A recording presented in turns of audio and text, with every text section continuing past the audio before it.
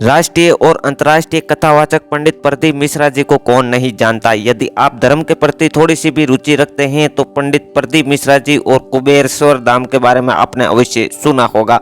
मध्य प्रदेश के भोपाल से कुछ ही दूरी पर स्थित शिवन नदी के किनारे स्थित सीहोर, जिसे कभी सिद्धपुरा भी कहा जाता था, जहाँ पंडित प्रदीप मिश्रा जी का जन्म 4 जुलाई 1980 में एक गरीब ब्राह्मण परिवार में हुआ था। सीहोर का श्री गणेश मंदिर भी बहुत प्रसिद्ध है, जिसमें अष्टविनायक में से एक विनायक की स्वयंभू प्रतिमा स्थापित है। सिवान नदी जिसके किनारे 108 शिवलिंग स्थापित है, ऐसी ही सिद्ध धरा पर पंडित प्रदीप मिश्रा जी का जन्म हुआ था।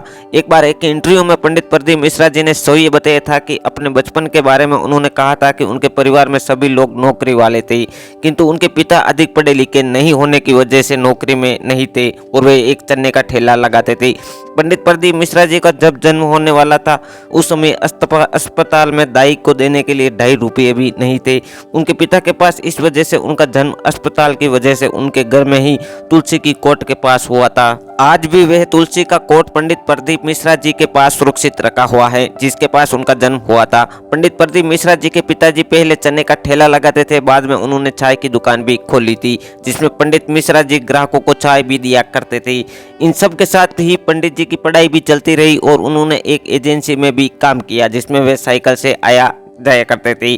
पंडित प्रदीप मिश्रा जी की शिक्षा दीक्षा भी सीहोर में ही हुई थी और पंडित जी ने स्नातक की डिग्री ली, साथ ही उन्होंने कई धर्म ग्रंथों का गहन अध्ययन भी किया था। पंडित जी सवैये बताते हैं कि सीहोर में ही एक गृहिणी थी गीताबाई, जो घरों में भोजन बनाने का काम किया करती थी। जब उनके पति का देहांत हुआ तब गीताबाई ने श्रीमद् भागवत पुराण का पाठ कराना चाहा। पंडित जी की आर्थिक स्थिति ऐसी नहीं थी कि वे भागवत पुराण ले सके और उनके पास धोती तक भी नहीं थी।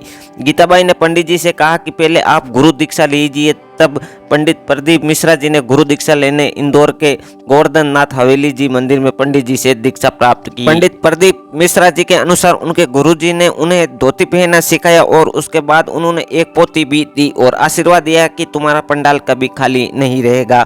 गुरुजी का आशीर्वाद और महोदय की कृपा की पंडित जी का पंडाल खाली रहना तो दूर की बात है, जितने लोग पंडाल के अंदर होते हैं उससे अधिक लोग पंडाल के बाहर बैठे होते हैं। वृंदावन में ही एक स्थान है चकलेश्वर महादेव, जहाँ बैठकर बाबा से बात किया करते थे। वहीं से महादेव की कृपा हुई और पंडित प्रदीप मिश्रा जी, जिन्होंने श्रीमद् भागवत कथा से कथा वाचन प्रारंभ किया था, आज शिव महापुराण के अंतर्राष्ट्रीय कथाकार के रूप में हम उन्हें जानते हैं। पंडित जी ने ही एक बार बताया था कि कुछ सालों पहले अपने जीवन की पहली कथा इंदौर में उन्होंने सिर्फ मात्र 11 रुपये की दक्षिणा लेकर की थी। आज पंडित प्रदीप मिश्रा किसी परिचय के मोहताज नहीं है। मशहूर कथावाचक अपनी कथाओं के माध्यम से लोगों के जीवन में अमूल्य परिवर्तन लेकर आते हैं, साथ ही उन्हें सही रास्ते पर चलने की प्रेरणा भी देते हैं।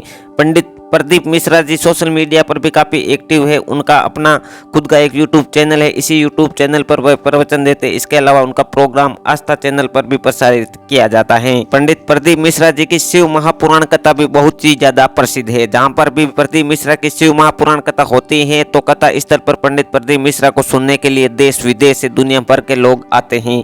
वहाँ पर लाखों लोगों की संख्या में भीड़ उमड़ती है। न केवल शिव पुराण सुनने के लिए वहाँ पर आते हैं, बल्कि प्रदीप मिश्रा के बताए गए टोट के उपाय को सुनने के लिए भी लोग वहां पर आते हैं। सीहोर में पंडित प्रदीप मिश्रा जी का आश्रम है। उन्होंने यहां 52 एकड़ में फैले कुबेरेश्वर धाम की स्थापना की है। एक साधारण परिवार से आने वाले पंडित प्रदीप मिश्रा तकरीबन 10 साल पहले तक एक प्राइवेट स्कूल में शिक्षक थे, लेकिन आज पंडित प्रदीप मिश्रा जी एक कथा करने के 7 से 8 लाख रुपए तक का चार्ज करते हैं। कुछ रिपोर्ट में ये रकम 21 लाख तक भी बताई गई है।